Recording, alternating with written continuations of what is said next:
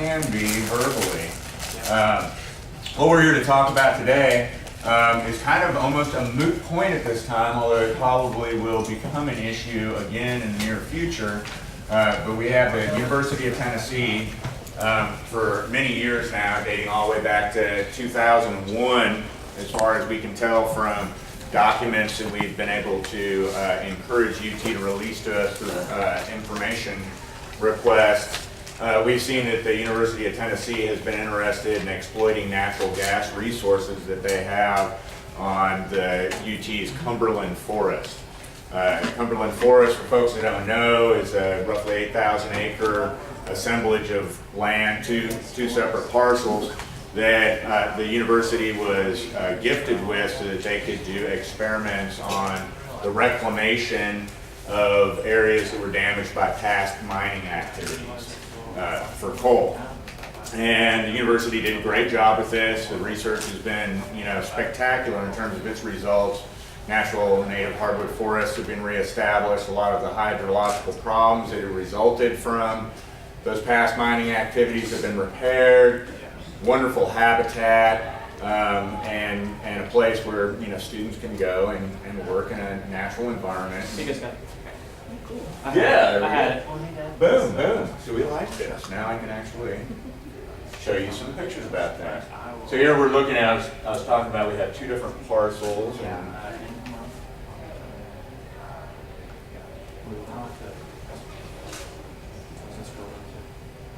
there's the top one, the bottom one is down with Did the university give us any trouble with having this conference here?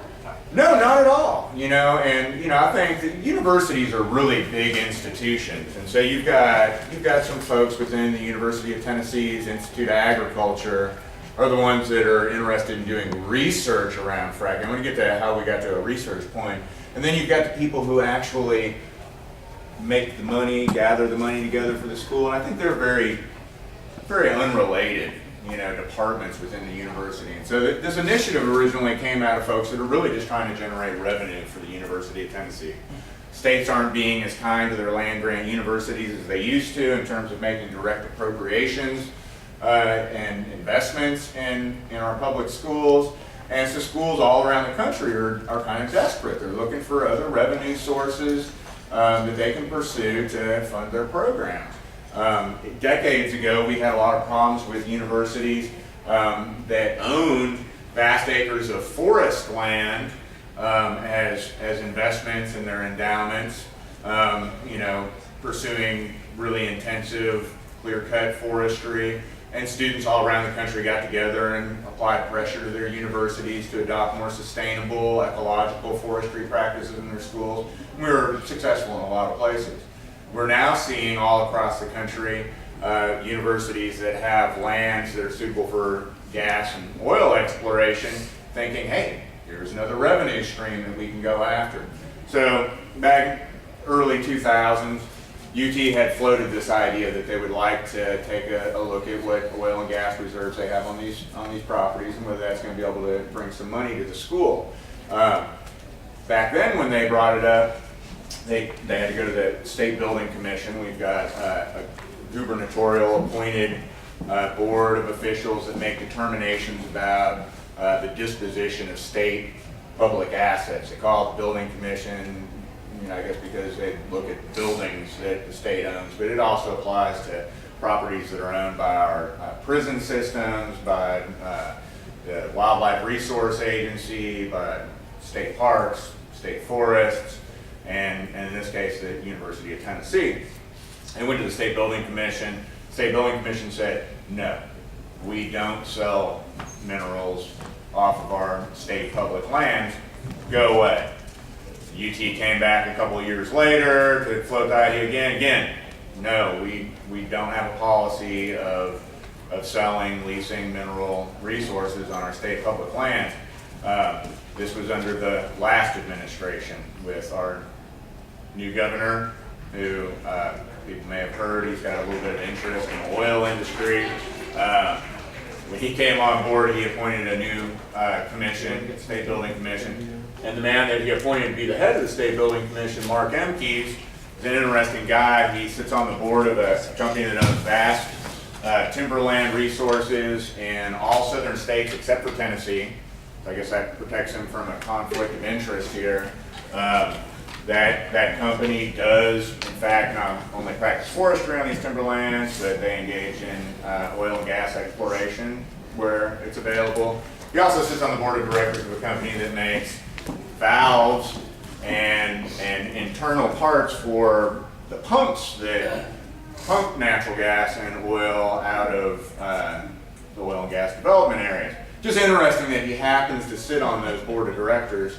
He becomes the chairman of the State Building Commission.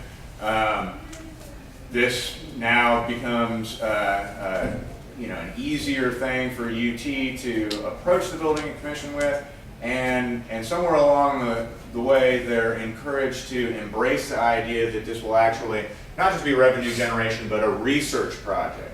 An interesting thing about the timeline is that it's proposed that it be a research project before anybody from any of the academic departments that would be involved in that research know anything about it or have any kind of proposals ready to submit to this research project.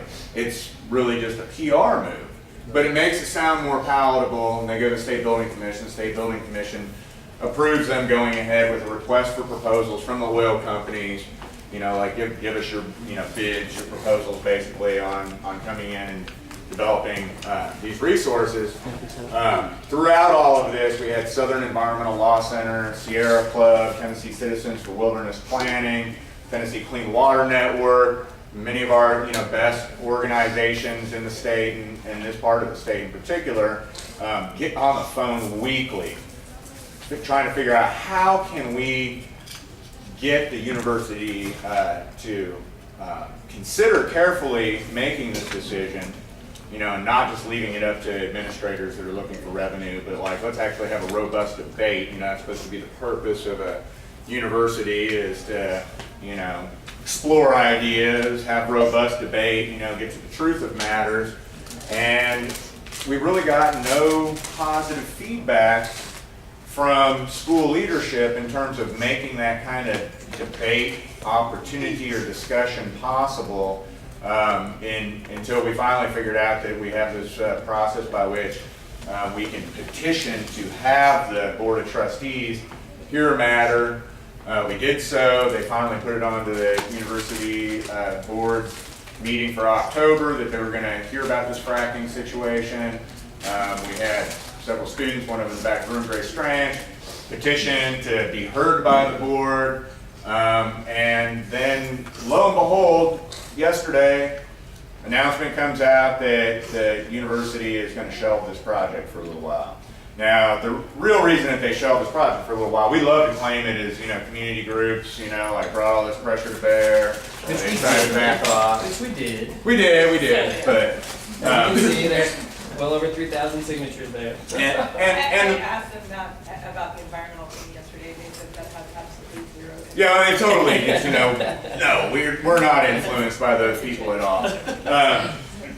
What maybe was a more important factor was that by citizens being engaged in this and asking questions, the media has covered this issue throughout the whole process of going to the Building Commission. And no oil and gas company wants to take the chance of being spotlighted. There you They go. did not bid. So when there was a no bid put in last Tuesday, I think it was, or Wednesday, they called me for a quote, and I said, hey, when you turn the lights on, the cockroaches scatter, and they didn't quote me on that. They made up something that sounded nicer than that for the newspaper, which I really love having media people that will actually edit what I say, because sometimes I'm not so diplomatic. But I think that really is the case, Terry, that we put a spotlight on this, and in the context of Consol Energy having access to hundreds of thousands of acres under lease already in the state of Tennessee, subjecting themselves to that kind of scrutiny over 8,000 acres, it might be marginal investment in its production, just wasn't worth it to them. And the school was, I'm going to give this to them, they were putting provisions into the contract that there was going to have to be advance notice of where roads would be built, you know, and opportunities for the school and concerned public to be involved in that process. Right now, this industry operates without any oversight at all on private lands. So again, why would they want to, you know, have themselves scrutinized in this case? There's also just frankly the matter of natural gas prices are extremely depressed right now.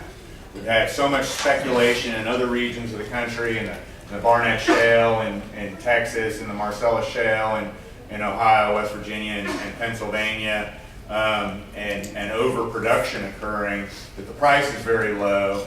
Right now, they're just not going to be that hot to trot. So again, this project has been shelved, but is very likely to come back again in the future. Of course, we'll be in a better place when it comes back in the future because we've already spent a lot of time doing research, kind of, you know, the ground work for making a good case, and I believe that the Board of Trustees is now well aware of this, that it's a political issue as well as an administrative issue, and hopefully we'll have an even more robust debate when it comes back up again. Now, what this brought up, though, was a problem that we have in Tennessee, and in realizing we had this problem in Tennessee, we started looking around the rest of the country, and that's that state public lands are very poorly protected against mineral extraction. We have a lot of laws on the books that deal with the use and management of surface features of the land in terms of protecting wildlife habitat, certain land management objectives that have been set out by our legislatures. But when it comes to minerals, in particular the oil and natural gas, these things weren't really considered when we defined a lot of our state agencies' directives for managing the lands they have under their control. Here in the state of Tennessee, we have no administrative procedures on the books to make determinations about the exploitation of subsurface minerals, except for this arbitrary process of having it heard before a, again, gubernatorial appointed state building commission. It's not a very democratic process. We don't have a whole lot of accountability or callback. Yeah, guy Mark Emkes that, you know, got put in temporarily, turned out to run the state building commission. As soon as this issue was done, he retired and moved on. And we've seen that as kind of a track record with Haslam appointees across the board. So it seems that they're appointed, they get in, and these guys, you know, Haslam did say that he was bringing a corporate management style to the State House. This is very much how corporations work. They want to achieve a certain objective, make this merger happen, get this company to move in this direction. They send in somebody, they get it done. Boom, they're back out and they're on to their next job. They're kind of like, you know, hired hitmen. We've got the same situation happening in Memphis right now for whatever reason. He certainly doesn't have qualifications. A man named Brad Martin was appointed to be interim president of the University of Memphis. This guy has no background, no training in academics. He was one of Haslam's buddies when he was on the board at Dillard's, I guess, and he also coincidentally sits on the board of the directors of a company called Chesapeake Oil, which is notorious to people in Oklahoma and in New England as being one of the largest companies behind hydraulic fracturing and natural gas.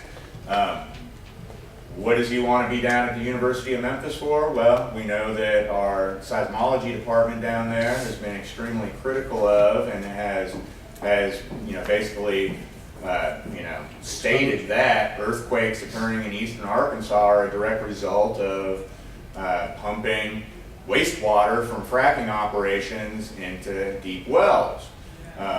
Coincidentally, since Brad Martin took over at the U of M, we haven't seen any of those seismologists quoted in any articles dealing with these issues.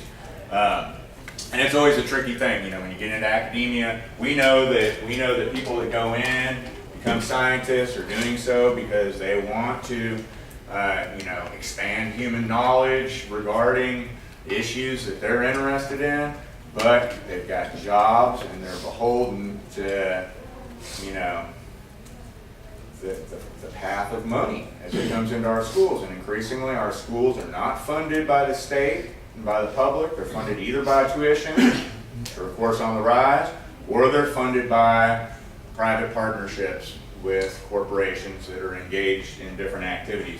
We don't have any documentation of it yet, but friends of mine with the Campus Workers Union that are on the campus in Memphis, and I think they're really strong up here at UT, they've heard rumors that Brad Martin's actually trying to build up a new institute within the University of Memphis that will be like a technology center for natural gas sciences and, you know, product development.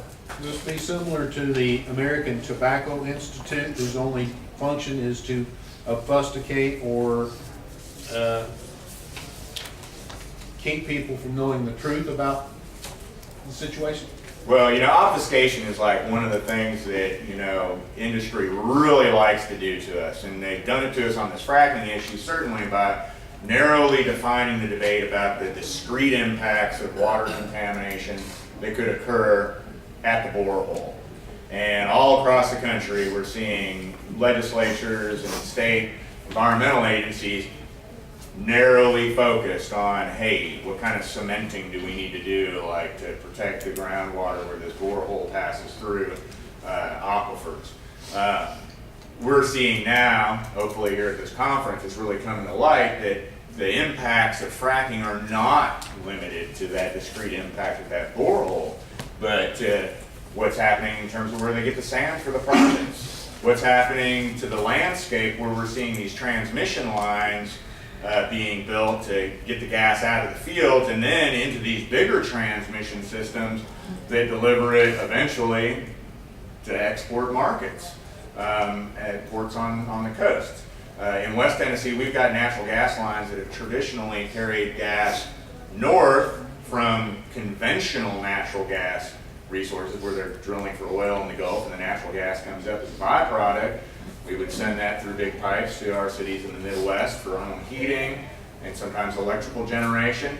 They're now reversing those pipes so that they can take natural gas liquids, and tar sands out of areas in the Midwest where those are being produced now and deliver them back to the Gulf of Mexico where they can be put on tanker ships and sent to other countries to meet their energy needs. And who owns those refineries?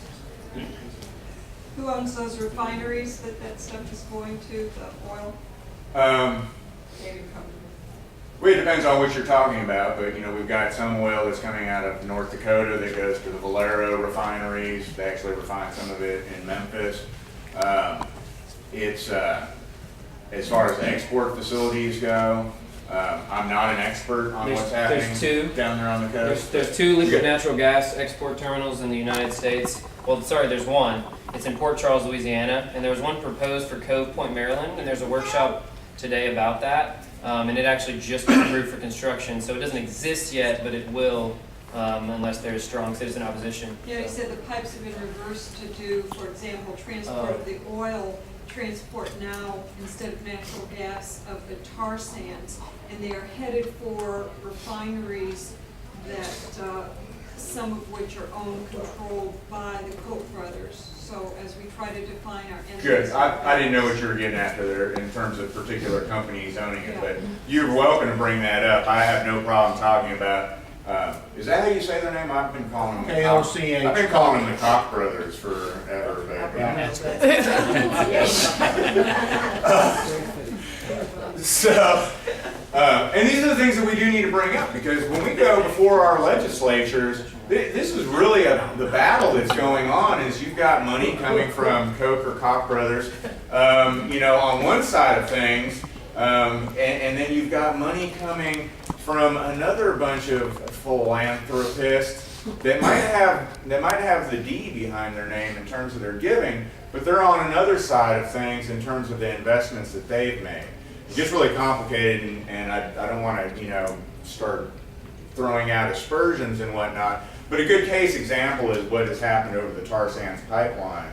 The XL pipeline has been a focal point of the environmental movement. We've got to stop this. It's identified as being, if we develop these tar sands, that is going to throw us over that hump, if you will, and there'll be no turning back in terms of catastrophic climate change. That's true, and we should not be doing tar sands. Unfortunately, some people have a financial interest in stopping that pipeline that doesn't have anything to do with not using the tar sands from Alberta. It has to do with how it will be transported and where it will be refined. And so while money was put into fighting the pipeline, we now, as we look back on things, find out that a lot of that money came from the philanthropic branches of hedge funds that were in turn investing in rail transport of the very same tar sands to other marketplaces. And so as activists, we've always got to pay attention to where the money's coming from, exactly why that money is coming into the game, because we like to think that there's people out there that are throwing out millions of dollars out of the kindness of their hearts, but that's not, unfortunately, always the case.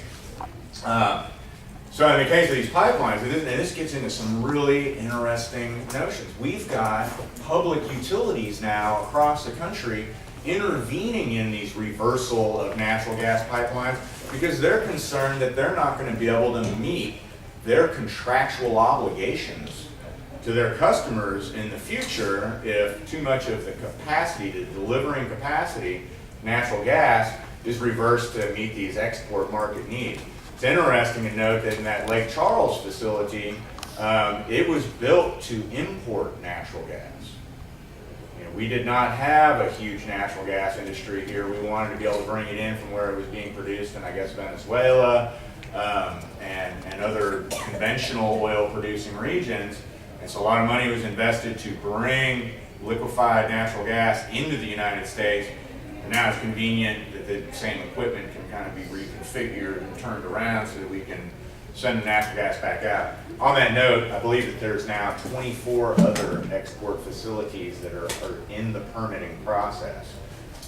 Sierra Club is challenging every single one of these export facilities, and one of our arguments is that if you're going to permit one of these export facilities, you have to consider the cumulative impacts. Under the National Environmental Policy Act, provisions in there that are oftentimes overlooked these days that call for complete analysis of cumulative and secondary impacts of federal permit decisions. So when, in theory, when you give a permit to somebody to export natural gas, you have to consider how is that going to affect the market? Is that going to cause more fracking to occur in an area? What are the environmental impacts of that fracking going to be? Is that going to require new pipelines to be built? You have to consider all those things.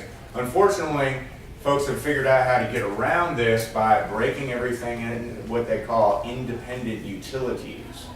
And so they just want to look at the environmental impacts of one part of a project, another part of a project. They did this to us just to be an example. On the I-69 superhighway, I don't know if people have heard about the NAFTA superhighways, but a highway that goes all the way from Canada to Mexico, instead of doing environmental impact statement on the whole highway, which would have turned up all kinds of cumulative and secondary impacts, instead they broke it into little independent segments along the way and just did EISs on each one of those, and so you couldn't see that big picture. What we're driving at here is we want to see this big picture. How I just wandered all the way off into there from public lands in Tennessee, I don't know, but that's how my mind dysfunctions. What came out of this UT situation was our awareness that we really have no kind of administrative procedures in place for people to make decisions, people be involved in making decisions about the disposition of the resources on our public land. So the Sierra Club this year, in a very unfriendly legislature, we have a supermajority. I like to say that we've got a herd of elephants right now in Nashville that are not overly friendly to the environmental movement. We think that this isn't necessarily an environmental concern so much as it's a conservation concern, though. And we're going to be very careful this year about drafting this as. It's also a health and safety issue that needs to be brought up, because regardless of the few people that get rich off of this, a lot of people are going to suffer. You also left out that, I don't know if you were going to come to it, but victims like myself, I listened to the fracking drill go under my house. It had to be somewhere close. And I heard when they released the nitrogen that fracked the bedrock. Now my well, which was good for 70 years, was bragged on for being some of the best water in my area, has an oil film on the top of it that it never had in all of my lifetime. It also has some sort of pink stuff that when you leave it set, it grows. So I'm a definite victim of their fracking, although I cannot technically prove it. But I listened to the drill go under, and I went outside several nights in a row to find out where the noise was coming from, and the only place I could hear it was when I listened straight down at my bedroom floor. Wow. I wish we had like audio equipment on that. But Terry, I'm gonna tell you this. We need to have you come to the General Assembly this year and help educate. More than happy to. They've made it personal. All right. Where do you live? We're gonna hold you to North it. end of Morgan County. It's on the Cumberland Plateau. I'm about 30 miles northwest, well, maybe not even that far from that area in red there. They have to keep records of where they're drilling. Somebody has those records. Supposedly. Yeah, they keep like a log, you know, their drilling operation, and they're supposed to tell With you modern what equipment, angle. it's supposed to be GPS within just a very close time or close proximity. But I would bet that the logs have been falsified. If we'd have plugged into Terry like sooner before this conference, we would have had him be up here doing the talks. Since he's got the important experience. Just to explain this map a little bit, these are exceptional waters here in the state park. This is conservation easement land that state parks looks after the land management, but the land itself is owned by various oil companies, Consol and Knox Energy. It's an interesting arrangement that they've worked out. It's kind of a subsidy on the part of the public that by putting a conservation easement on the surface and handing over surface management to state parks, well, they take care of putting out fires, you know, they take care of the roads and whatnot, but the companies still get to frack. These are all oil drilling sites. We don't know how many of them have been fracked in the past and whether they were fracked conventionally or with high pressure, you know, horizontal fracking. And it's really important as we talk about this stuff, because the oil industry all the time can say, well, we've been fracking since, you know, 1957 or something. Well, they have been putting a little bit of pressure on some formations, usually Straight down. vertical, you know, wells, and so that is kind of a factual statement. But it's only been since like 2002 that they've been doing horizontal drilling and high pressure fracking. And so people just need to keep that clear in their minds that this is a different monster, different game, very new, and something that needs to be held, you know, distinct and separate from that traditional. 2 years ago, Popular Science had an article about horizontal fracking, and they can drill down up to a mile depth and drill out 7 miles. Now, if they could do that 2 years ago, I bet you they could go 20 miles plus by now. Oh, the technology is going to grow the same way our little That means laptops. if they're set up a well 5 miles away from you or more, up to 7 miles, they can frack under you. Not only are they endangering you, but like they did me with my water, but they're stealing your resources out from under your property. Well, you know, you're just bringing up an interesting point that I didn't really see like on any of our discussions for this weekend. forced unitization. In some states, it's as little as 1% of owners of a shared pool have to agree. A shared pool means like they kind of visualize that this natural gas is a big pool under the ground. And you've got a lot of different parcels of property sitting on top of that pool. Some states it's as low as 1% of the people What state have. is that, Scott? I'm not going to quote it because I've only Okay, heard well, the lowest I've heard of, and you're probably right, is 25% in Virginia. And there may be, it there is may be lower, 25% Virginia. but I've heard the one too. But what this means is that even if Terry disagreed with them and said, I don't want to have a fracking well on my property, they can put a fracking well on a property next to him and go underneath his house.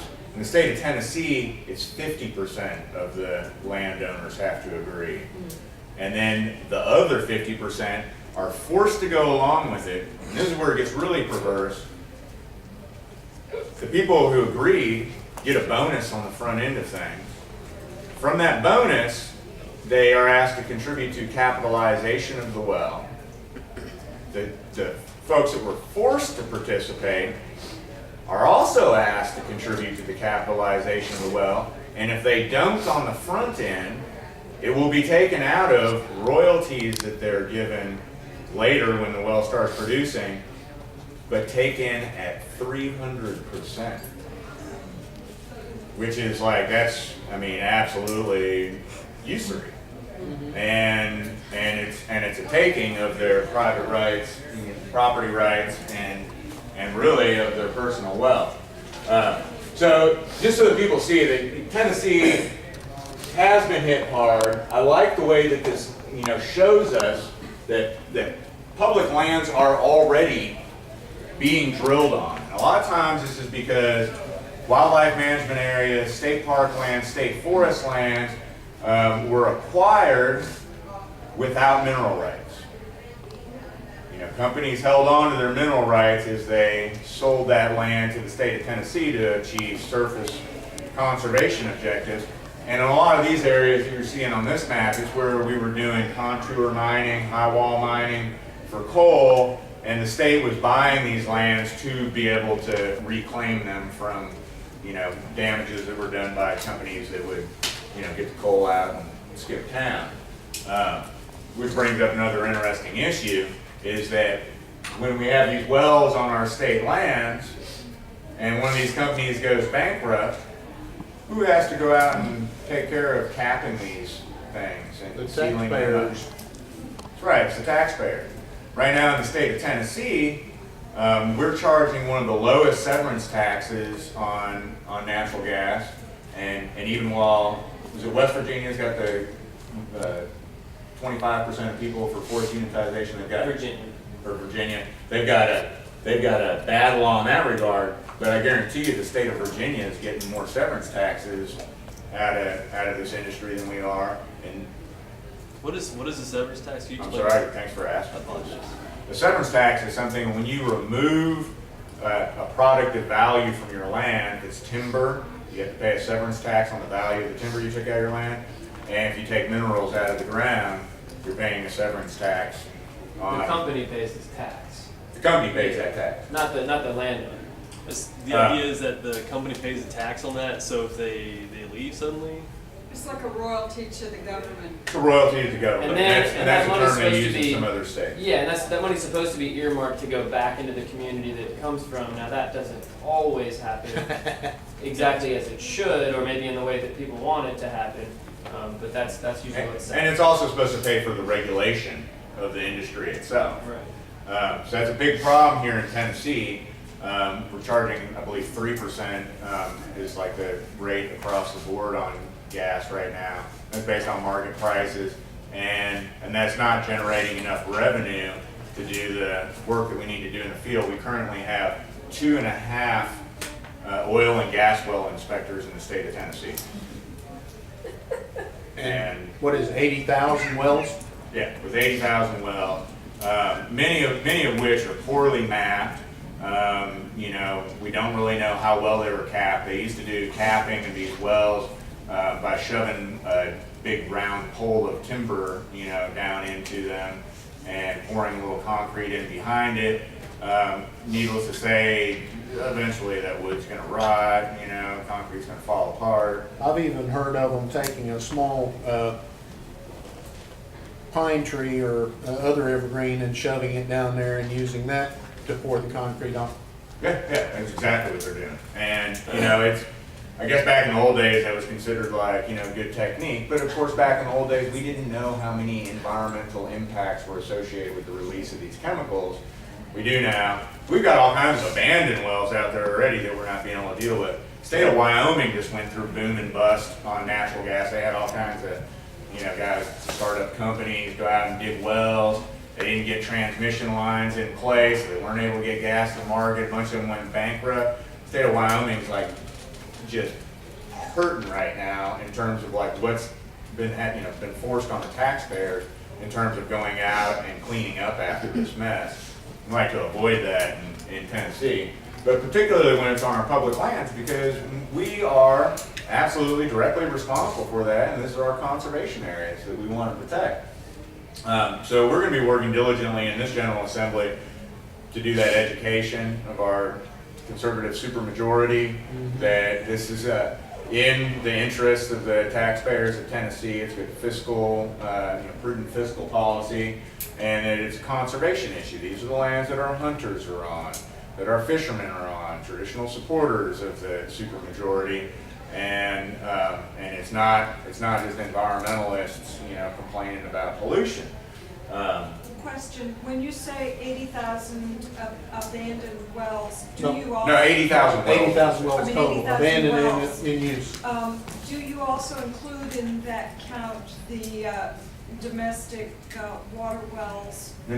This is just oil and gas wells. 80,000. Okay, our water wells that aren't mapped are also, as has been proven in the Sequatchie County, a source of penetrating and having methane or chemical migration, as apparently your own water well. Right. Well, this is one of the problems that really hasn't been analyzed yet, and it's not addressed at all in our current Tennessee fracking regulations.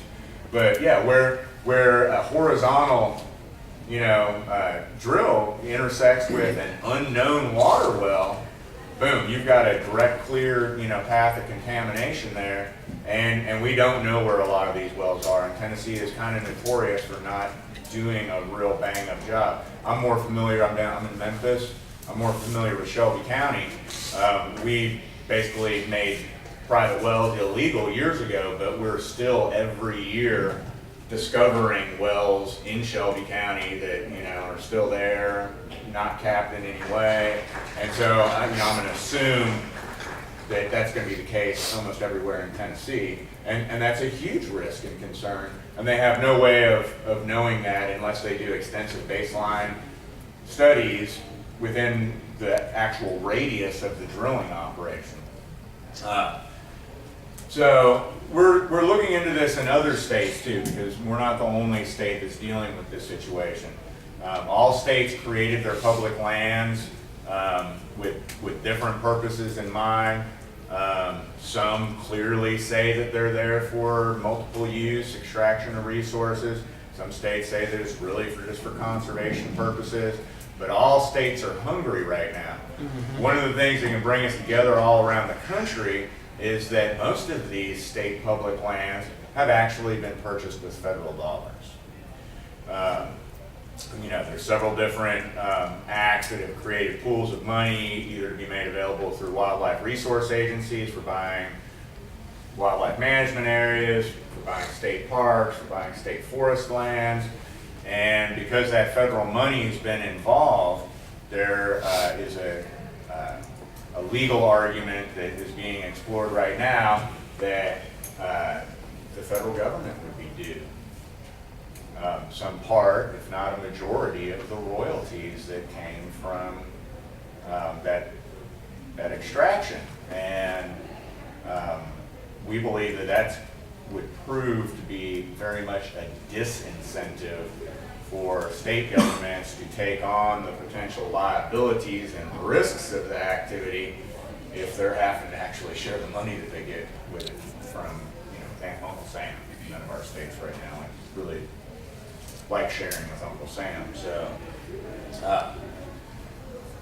it's something that we hope that people that are from other states are going to look into a little bit. Hopefully Sierra Club's going to be developing working groups in coming months that are dealing with this in a coordinated way across the country. One of the problems with the whole fracking fight is absent oversight of federal environmental laws. There's been fewer opportunities for people to be able to collaborate meaningfully across state boundaries. We find ourselves fighting one particular set of circumstances in Pennsylvania with their certain set of laws. Different fight emerging in Illinois. The way that we promulgate our state regulations is different state to state. And so there hadn't been, common focus paths for bringing people together across state boundaries.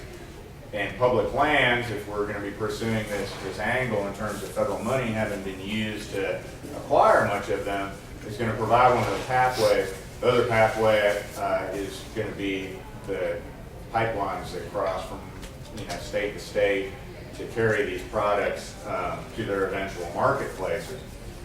Again, here in Tennessee, we're seeing portions of pipes that are already existent being repurposed to serve export needs instead of import needs.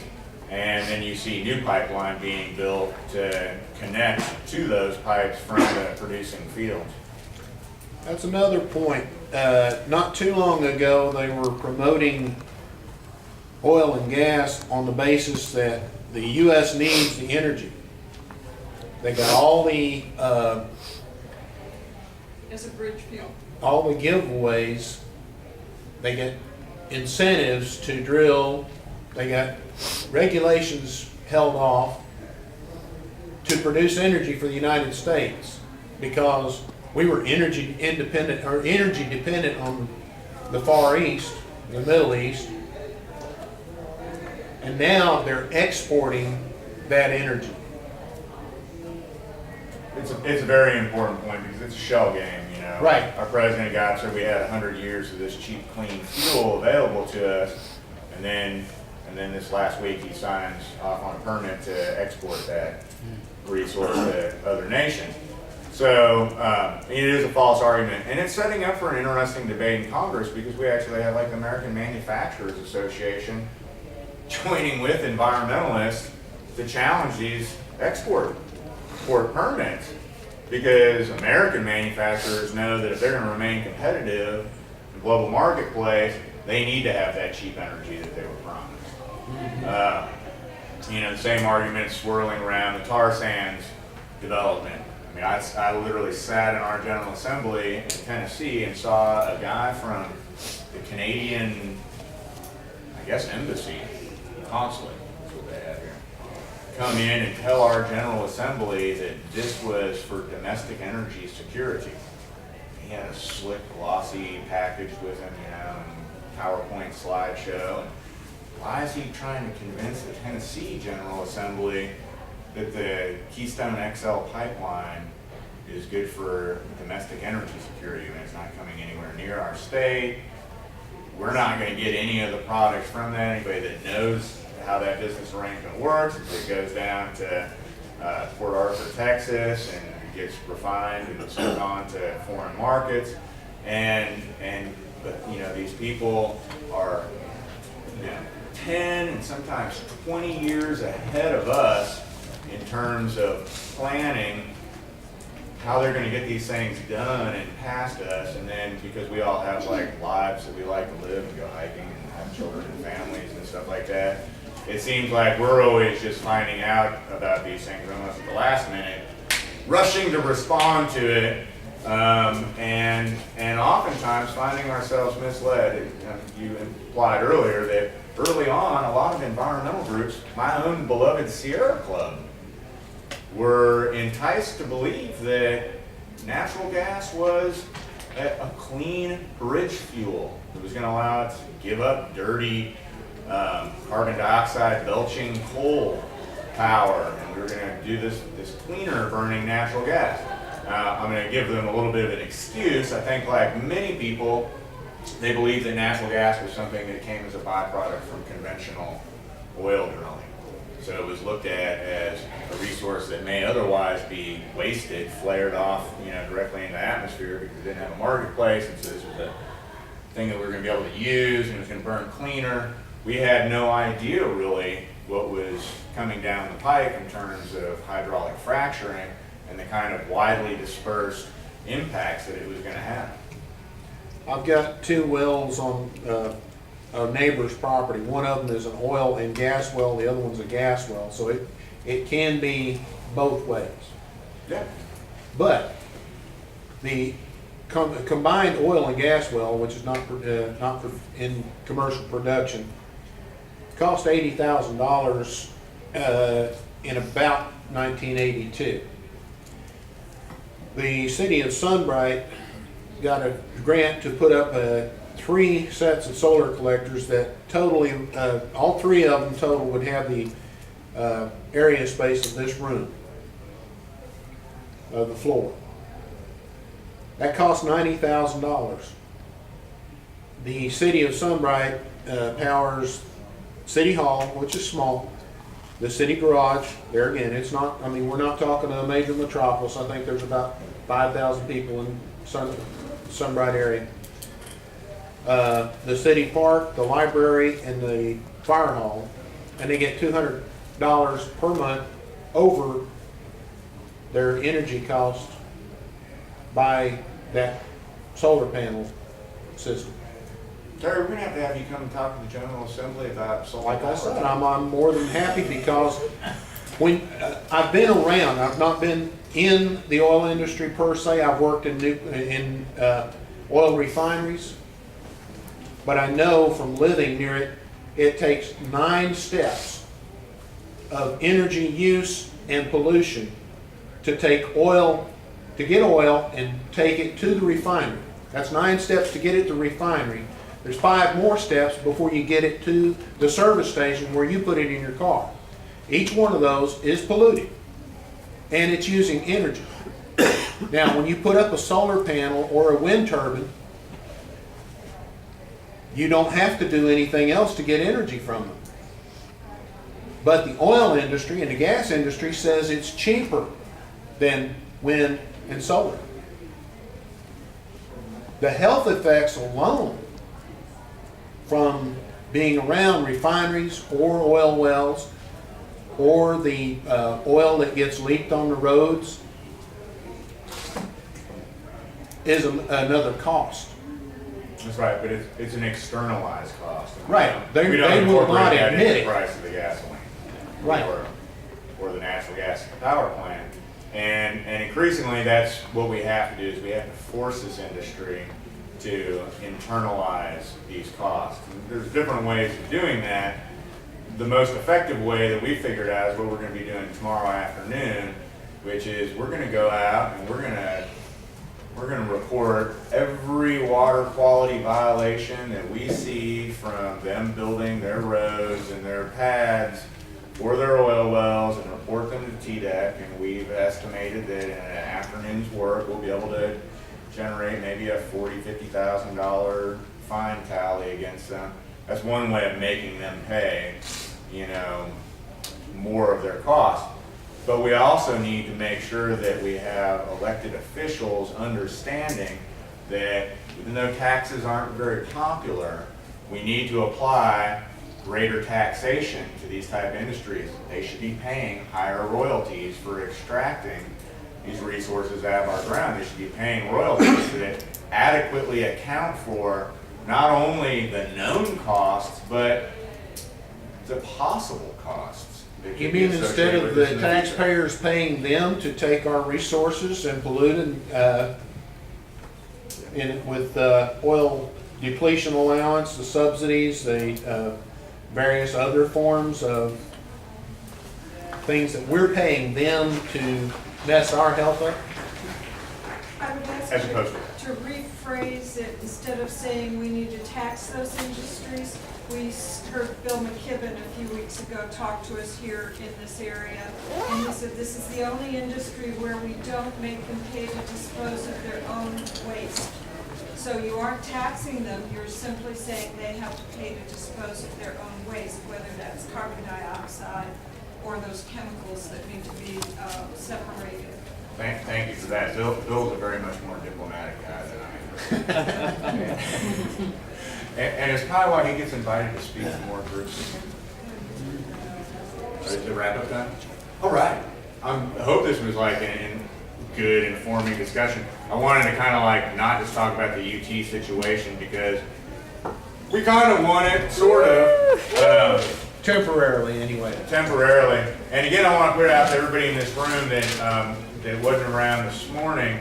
I will be representing the Tennessee chapter of the Sierra Club in San Francisco next weekend on a panel that deals with fracking and is leading towards the National Sierra Club formalizing, upgrading its policy regarding hydraulic fracturing. And so anybody that wants to pin me down over the course of the day or this evening to talk to me about that with their own individual concerns, I'd love to hear them so that I can take them with me. Thank you, John.